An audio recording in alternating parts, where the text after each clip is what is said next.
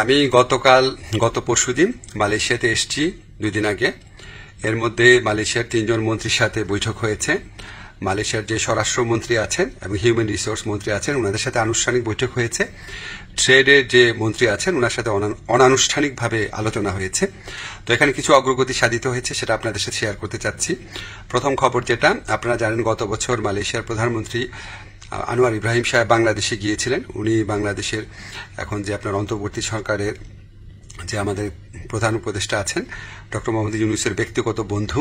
তো উনি তখন প্রতিশ্রুতি দিয়েছিলেন যে গত বছর যেই বাংলাদেশি শ্রমিকরা মালয়েশিয়াতে আসতে পারে নাই শেষ মুহূর্তে, তাদেরকে উনি মালয়েশিয়াতে আসার সুযোগ করে দিবেন। এটা নাম্বার ছিল 17,000-এর মতো। তো এটার ভিত্তিতে আমরা অনেক আলোচনা করেছি। তো তারা বলেছে তারা ব্যাচ ওয়াইজ নিবে।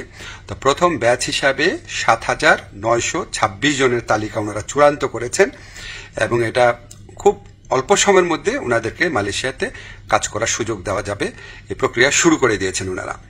সেকেন্ড যে নিউজটা, ভবিষ্যৎ কর্মসংস্থানের ক্ষেত্রে আমরা বিভিন্ন সূত্রে জেনেছি আগামী কয়েক মাসে মালয়েশিয়া 1 থেকে 1.5 লক্ষ বিদেশি শ্রমিক নিতে পারে।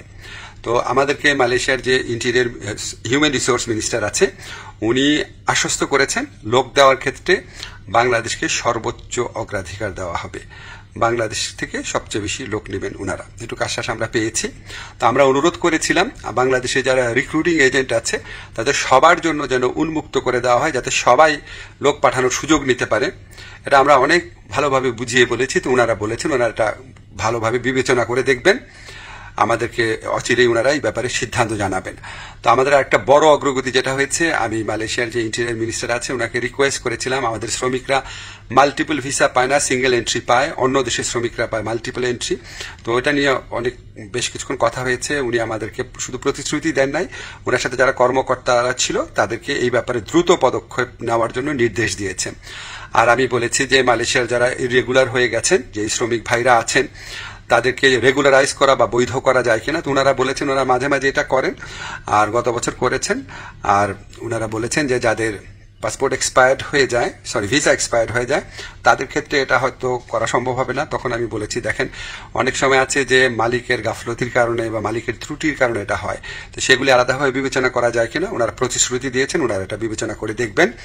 এছাড়া আমরা আরো কিছু বিষয় নিয়ে আলোচনা করেছি, যেমন আমরা বলেছি যে এখানে যে আপনার সিকিউরিটি গার্ড আছে বা কেয়ার গিভার আছে বা নার্স আছে, বাংলাদেশ থেকে নেওয়া যায় নাকি, স্কিল্ড ওয়ার্কফোর্স নেওয়া যায় নাকি, ওনারা আগ্রহ দেখিয়েছেন।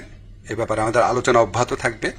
তো আমরা মোটামুটি আশাবাদী এবং আমরা মনে করি যে এই যে এতটা ফলপ্রসূ একটা আলোচনা হলো, সেটা আমাদের প্রধান উপদেষ্টার অবশ্যই উনার বন্ধুত্ব, উনার গাইডেন্স আছে, উনার যে বন্ধুত্ব আছে মালয়েশিয়ার প্রধানমন্ত্রীর সাথে, উনার যে গাইডেন্স আছে আমাদের প্রতি, আপনাদেরকে জানাচ্ছি। ব্যক্তিগতভাবে উনি মালয়েশিয়ার শ্রম বাজার নিয়ে ব্যক্তিগতভাবে উনি আমাদেরকে নির্দেশনা দিচ্ছেন, বৈঠকে বসছেন, ওনার কথা মতোই আমরা কাজ করছি। আর আমাদের এখানে প্রধান উপদেষ্টার যে স্পেশাল এনভয় আছে লুৎফে ভাই, উনি আলোচনায় অংশ নিয়েছেন, অনেক অবদান রেখেছেন। আমাদের প্রবাসী কল্যাণ মন্ত্রণালয়ে যারা আছেন তারা গত কয়েক মাস ধরে চেষ্টা করে যাচ্ছেন বিষয়গুলো এগিয়ে নেওয়ার জন্য। আপনাদের দোয়া ছিল, এই জন্য এতটুকু অগ্রগতি হয়েছে। আপনারা দোয়া করবেন আমরা যেন মালয়েশিয়া যারা শ্রমিক ভাই আছে বা যারা আসতে চান তাদের যেন সত্যিকারে কল্যাণকর কিছু করতে পারি। ধন্যবাদ আপনাদের সবাই।